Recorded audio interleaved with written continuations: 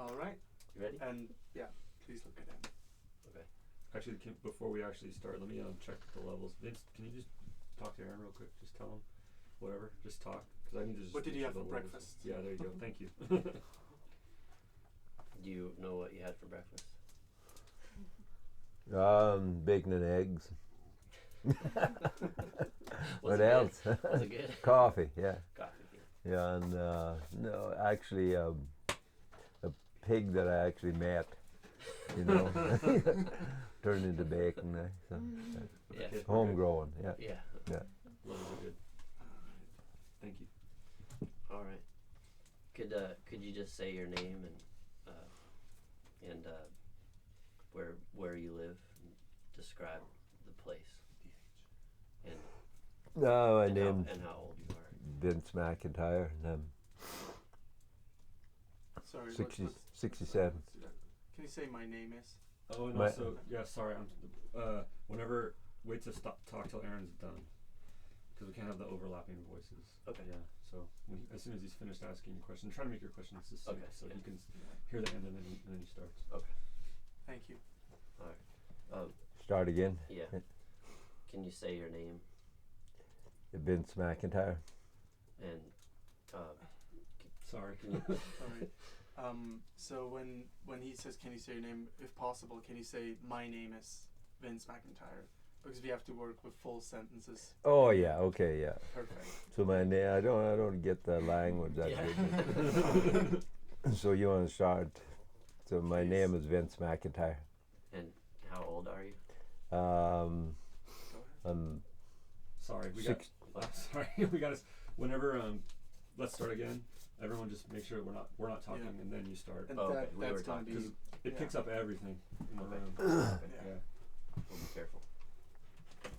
Can you say your name again My name is Vince McIntyre. and your age? I'm 67 years old. And where were you born? I was born in the west of Ireland. What do you do now? You're a farmer, and what's your occupation now? I'm a farmer, and I do woodworking, various. A jack of all trades, you might as well call me. Yeah. How long have you lived here? I've lived here since 1979. I found this place by accident and decided to camp here with my girlfriend in 1979. She was a mountaineer, and we made our temporary camp here. And here, 30 years later, we're still here. What made you decide to move up here? This place. I just needed. I had been living in a big wall tent, and I burnt it down, and I needed another place to camp, and it was just a temporary solution. Yeah. Yeah. So when you moved here, did you have a plan or When I come here, it was a base camp to go on the mountain. Oh. Yeah. Did you have an idea of how long you might be here, or? I didn't know how long, because it was unauthorized occupation of Crown land, and how long it would have.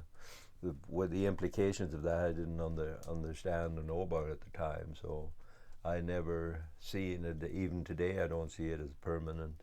I see it as my camp. Yeah. Since you've been here since 1979, does it feel more permanent? It feels very permanent in the sense that it feels like home. This is most at home I feel any place since I left the place I was born. So I this is where I decided in the world to settle down. Was there something special about this place that made you feel like this was a good place to settle? Definitely, it was a beautiful place. And when I come here one time to help somebody get firewood, there was an old clear cut, and all the trees were down, but it was so beautiful, the panorama of the mountains and the lake and all that.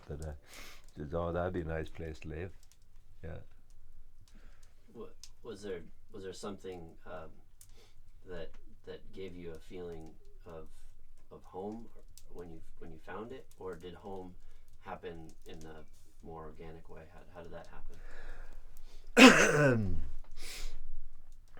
I think if well, when Amber was, my daughter was 2.5 years old, I'd brought her up here because my girlfriend at the time, we were, both of us were homeless, and I was wondering where we were going to spend the winter. And there was an old man in Johnson's Landing. He wanted me to get him some poles for his chicken house to build, and he knew there was nice straight cedar poles up here. So I take Amber up here and we get some poles, but in the process Amber forgets her red shoes, So I had to bring her back up here to get her red shoes. So I brought my girlfriend up here, and I was just wanting to see how she felt about the place, and she was just totally amazed by the place. So from there I knew it was from there I knew both of us like it here. So and then this was in October of 1979, so we wanted to make a camp. And back then I could really work hard, and we wanted to make it so it wasn't really visible or whatever, because it was on Crown land. So I started digging down here, and she helped me, and we made that little downstairs place with a stove. I cut off a 45-gallon drum and put a hole for a lid and put it on the ground. That was our fire for the winter, and was putting the roof on the snow. And that's how we started here, And then the next spring, we were wondering if it wasn't too cold to grow a garden up here, so we planted.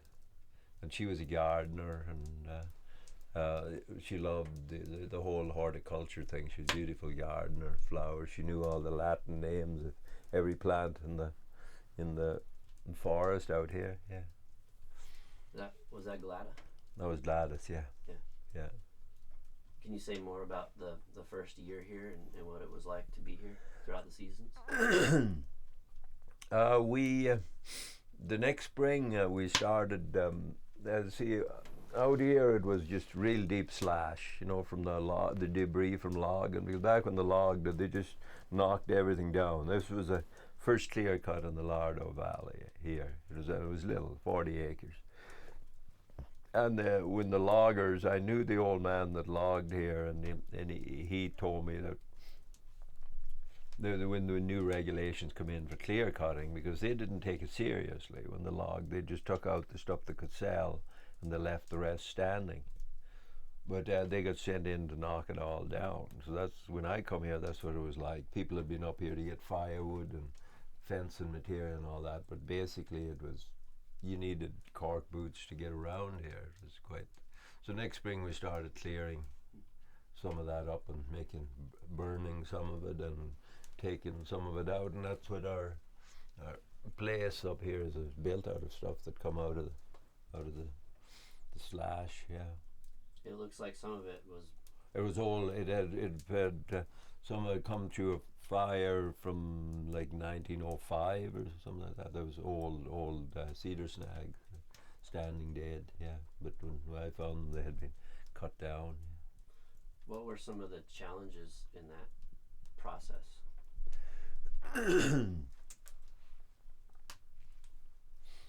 I guess we were first of all the whole feeling of being illegal, being on Crown land and not that's something we had to deal with, whether or not we were going to get eviction notice or whatever, and that kind of stayed with me for a few years, and then I got over that, and And as I got over that, then I become more home, because I got more attached to the place now, and now this is it for me probably. Yeah. When you say that before that you didn't have a home, you went from. Did you? What was your feeling of what home was before you came here and started making a home? When I think of home, I think of the little thatched house I was born in the west of Ireland. That's I still think of it as that. But I felt like a drifter, a traveler. I'd traveled a lot around BC and just seeing what was happening. I'd go down to the coast sometimes. I'd go up to the Caribou, the Chilcote, and camp, and then find some work to do for somebody. I worked for a hay rancher up there, cattle rancher, and helped. That's where I first used horses in BC. Was helping an old rancher put up hundreds of acres of hay with horses, and the only machine he had, a tractor machine he had, was the mower, and everything else he did with the horses, cutting it and stacking, or picking it up and stacking it, and me and him and an Indian family. Yeah. Did that experience remind you of a former time when you had a connection with the horses when you were growing up, or was that more of a new thing for you? It was it just brought me back to my childhood. We did before the tractor. Everybody had tractors, and we did. My father, he was a horseman, and I helped him when I was like 10 years old and stuff. Learned to drive horses. It's not that I wanted to do it back then, but I learned enough by the observation to be able to do it, and I got older. Yeah. Can you talk more about just learning by seeing other people do it, or observation, growing up with that, and how that informed your? I think for a person to learn horses out of a book is pretty difficult, and with information, and if you don't have the some sort of connect, like a lot of people I find that with their first introduction to the horse, they treat it like a machine. Like you say whoa and the brakes are on, and to me it's more like being on a boat in rough water, that there's always movement going on, and you always have to be in touch with the movement with horses. You can't just say, oh, I got that figured out, and then drift off. When you do that, your horses drift off. So it takes a lot of focus. For me, it's a discipline. It's actually maybe like somebody doing the yoga or something like that, because you really takes you out of yourself, makes you focus on, and you have to be like that to make it like horse thing work for you, and keep even temper. So if you get angry with your horses, you're in trouble. They feel that right away, and they don't. So it takes. You have to be stoical. Yeah. I'd imagine that would be similar with other aspects of life. Yeah. This way. I think it's a lesson right in the horses. It keeps you humble, because a tractor, people get on a big machine and they have that power, but with a horse you have to be polite. You have to ask them. You have to get their willingness and attention. And with a tractor, you don't have to do that. Yeah. You have to make a connection. Yeah. And then also the whole feeding and care process. Like I would say that I wouldn't call myself a good horseman by any means. I know good horsemen, but I would never say that, hey, I'd be a good guy to teach you how to use horses, because I have my own rudimentary style that works for me. But yet and all, for people to come and work for me with Nick, he's learning the horses quite well, but he's not just dependent on me. He has read a lot, read books that I should have read. There's one right there, Training Workhorses, Training Teamsters by Len R. Miller. He read that from cover to cover this winter before he started, and got him to rebuild the harness, him and his girlfriend, so they know, the breaking points a little better. Yeah. How is you're talking about somebody else who is trying to learn from you or looking for mentorship and to pass down those skills that you've learned. What is your what are your thoughts on being a mentor and passing down this knowledge that you have, that's your own personal experiences from your past and also from what you've learned in life to the next generations or people who want to learn, so that knowledge doesn't go by the wayside? When I have people that come want to learn something of me, I just come and watch me. I'll show you how I do it. And that's where I start with people. That I have demand of people that people be observant. To actually explain stuff to people. I have a hard time with that, and it's not the way I like to do it.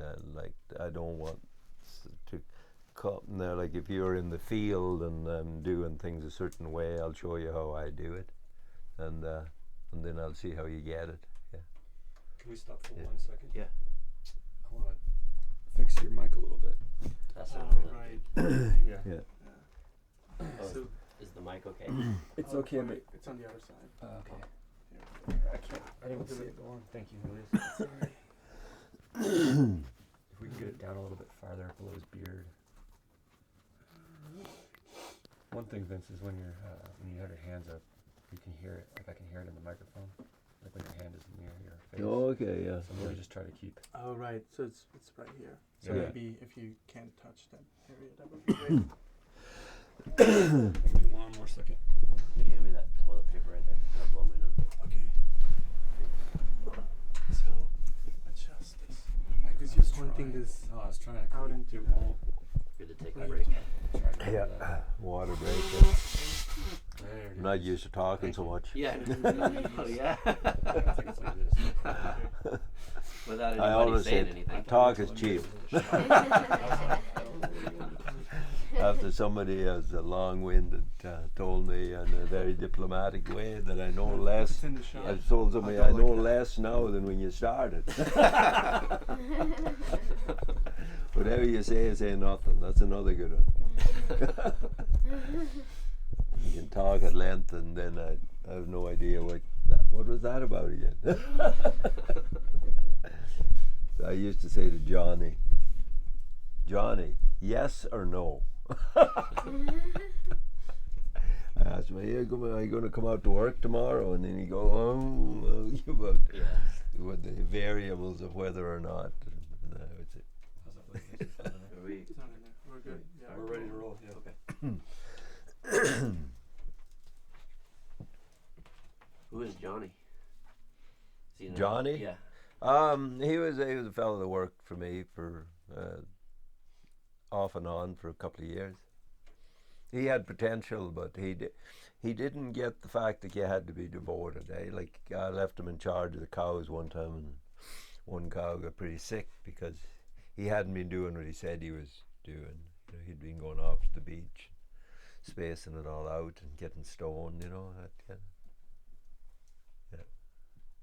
I had a falling out over a cow. Is there something about the commitment or devotion to the life that you lead that is completely necessary, or how would you? Well, I think in today's world it's not necessary, because when we depend on an industrial system for our survival, we might protest all that and think that we're defeated and so on, but it still works, eh? But if we want to get our power back and be able to do things for ourselves and not pay other people to live our lives for us. We have to be devoted. We have to learn stuff and stick with it. We have to. It will define our lives instead of us defining it by saying what. Maybe I'd like to go to Thailand for the winter or whatever. You know, like that's a whole new concept to the world, eh? And I can remember when when people heard of people immigrating to New York, for instance, from the west of Ireland and going there, and they could work like 5 or 6 days a week and have vacations. We didn't quite know what vacation meant. It was a new idea that you could have a holiday. And because people with small farms and cattle and all this stuff going on all the time couldn't even have that idea. But so when people learned about this other way of life, they felt like what they were doing was drudgery, eh? That they didn't have. They couldn't travel. They didn't have the affluence. They didn't have the money. So it was poverty along with that simple lifestyle. But if for somebody to go back like I done, it's pretty rare to have that, because I remember thinking when I was a child, when I was herding cows for an old lady in my neighborhood, and for me it was lonely because I was away from my brothers and sisters. I'd rather be playing and doing other stuff. I remember thinking when I grow up I'm never going to do this. And a lot of people felt like that about that.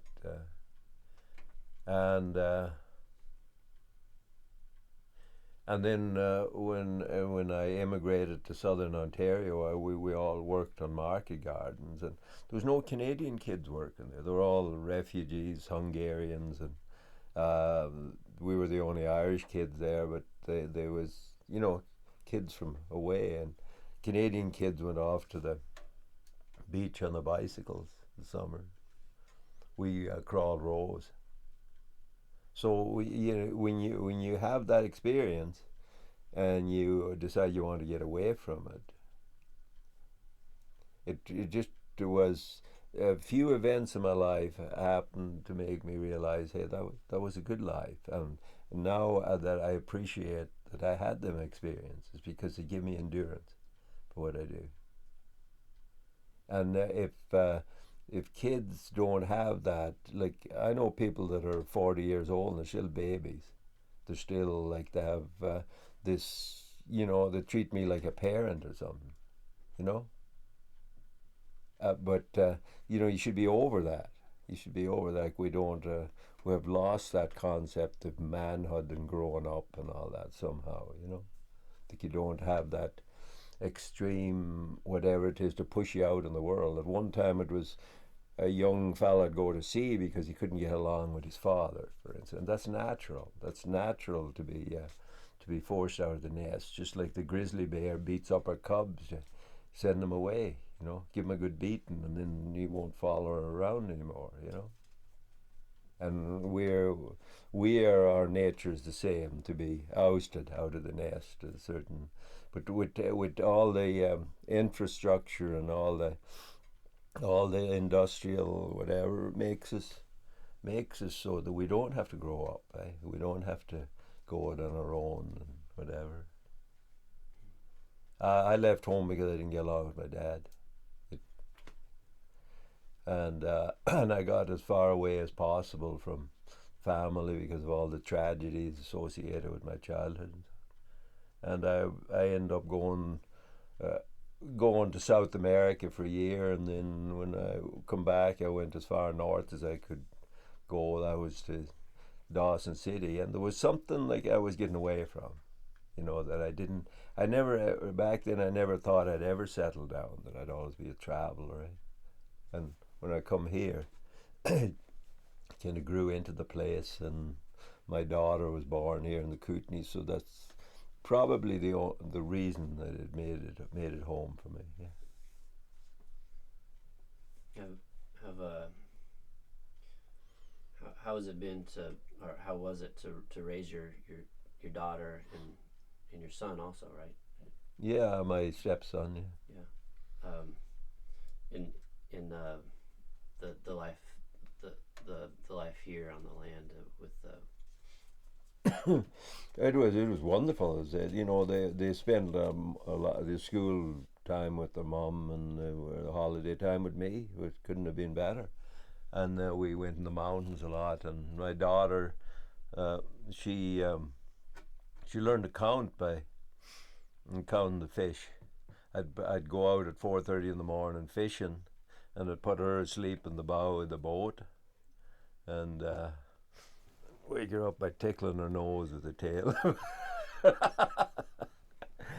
Tail of a fish. So she said, "How many fish we have there, Amber?" And she said, "Oh, well." Yeah, it was a good life. We did, and I like when I started farming. I still regret the fact that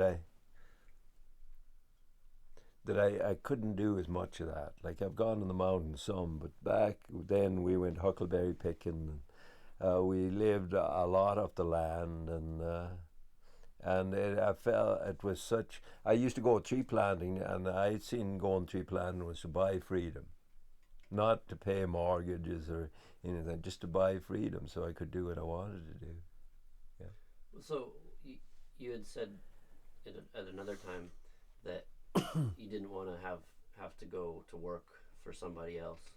At a certain point in your life, you realized that you wanted to do something that like Was that meaning? It had some meaning to it, yeah. What was it that drove that decision, or what were the circumstances around that? When I hit my mid-40s, I decided, this work that I'm doing is totally meaningless to me. Going out there and putting 3 bags on and making a bunch of money, and any amount of it, I got so that this is just playing figures for the government. That it's not very effective, and it justifies cutting down more forests. So I decided I'm going to try not to have to do this, and that's when I decided to farm. What did that feel like? It felt like overwhelming, and wondering if I could do it or not. And then, my horses are untrained, and I have the only experience I've had with horses up to that was my childhood of mare watching. I didn't really have to take any of it seriously or anything like that. But I remember thinking, riding around in a tractor in southern Ontario, thinking I'm not going to do this in my life ever again. So maybe that was some inclination of that to actually, because I remember fondly my childhood of, the horses and cattle and all that way of doing stuff, and watching horses and carts going down the road, and how it was done that. And I'm less extreme now. Like I've come around to more technological stuff, but then I wasn't. This is the way I wanted to do it, and so I had horses to train and harnesses to figure out and machinery to fix and so on. So it was pretty overwhelming. Let's pause for 1 second. Fix this again. Did it fall down? No, it's just rubbing against this. Okay.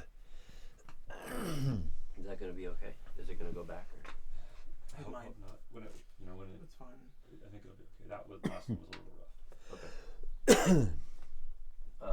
When you say that prior to starting the farming with the horses, there was this life that you were buying freedom.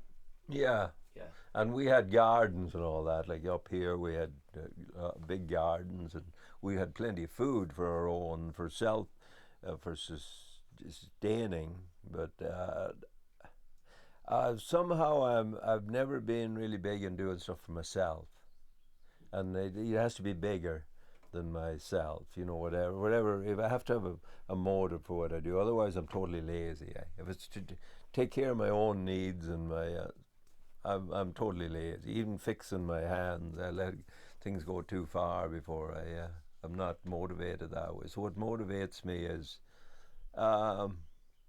working with other people, but it has to be not just, it has to have some meaning to it. Like people like you, for instance, that come into my life that I've worked with, they're my heroes. Yeah, we have to have our heroes, and we have to have our, you see the good in humans, eh? And that's the way I find the good in humans, the people I work with. I find out who they are and what they're made of. And I might seem harsh on people and hard on people, and I am, and I'm never going to be different, because I demand your attention. You know, this isn't something that you might play at, you know, because I don't play at it. You know, I got run over with my horses and smashed up, and I got up and I kept doing it. Yeah. So it's to me, life is do or die, and then you're living. You know. How is that what you just said with this? We're not playing around. We're doing something with meaning. How does that? How has that been informed by that change from having a life where you could play and have freedom, and like what you considered freedom, go up huckleberry picking or have free time? Whereas now when you start farming, you might not have as much time with your daughter. Or can you talk about that a little bit? Well, you know, when we look at the past, we see the good parts of it, eh? And I'm telling you the good parts. And you know, I have spent a lot of my time in them good years where, yeah, I was depressed about stuff and thought too much about what's happened to the world and so on, and believing in and realizing that I'm helpless. If I don't have a tree planting job, what am I going to do? I'm getting too old for it, and I don't believe in it. So when I started growing food, I come to realize that this is really important to feed my family and my friends and people around me, and that over the years become an issue, become a really important. It's going to become more important the longer I did, and I have a better understanding of what's really happening, and how, and the whole idea that we have given up our power to do stuff. Like I left, my parents left without second thought their way of self-reliant lifestyle, a little mixed farm with, even though it was poverty, they had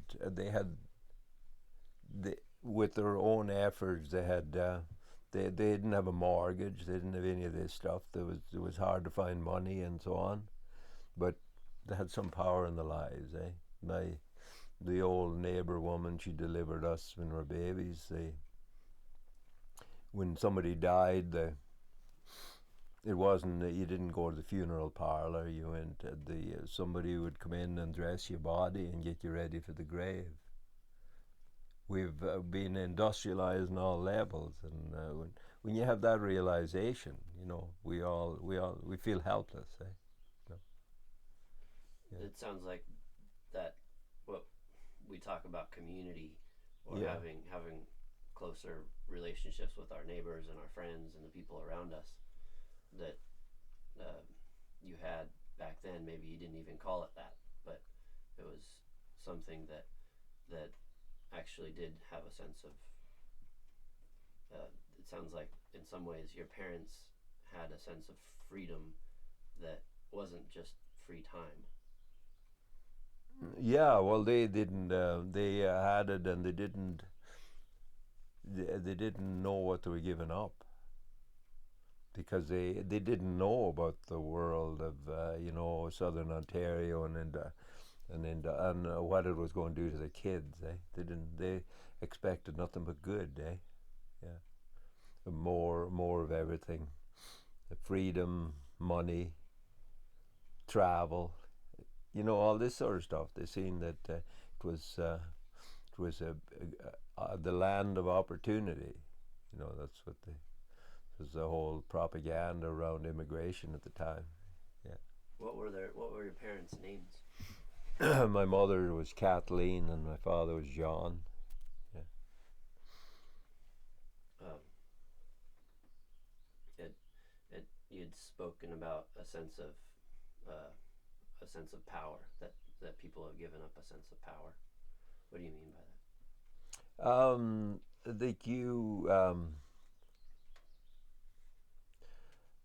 I think if you go and work in a automobile factory and you put 4 bolts in a radiator and that's all you know how to do, and you have you're dependent on being in a certain way with your superiors, otherwise you lose your job.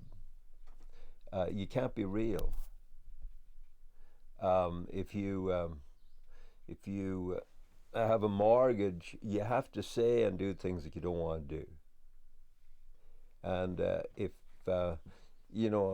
somebody that has in that form, it limits a whole lot of things about you, and if you want to do other stuff, then you have to have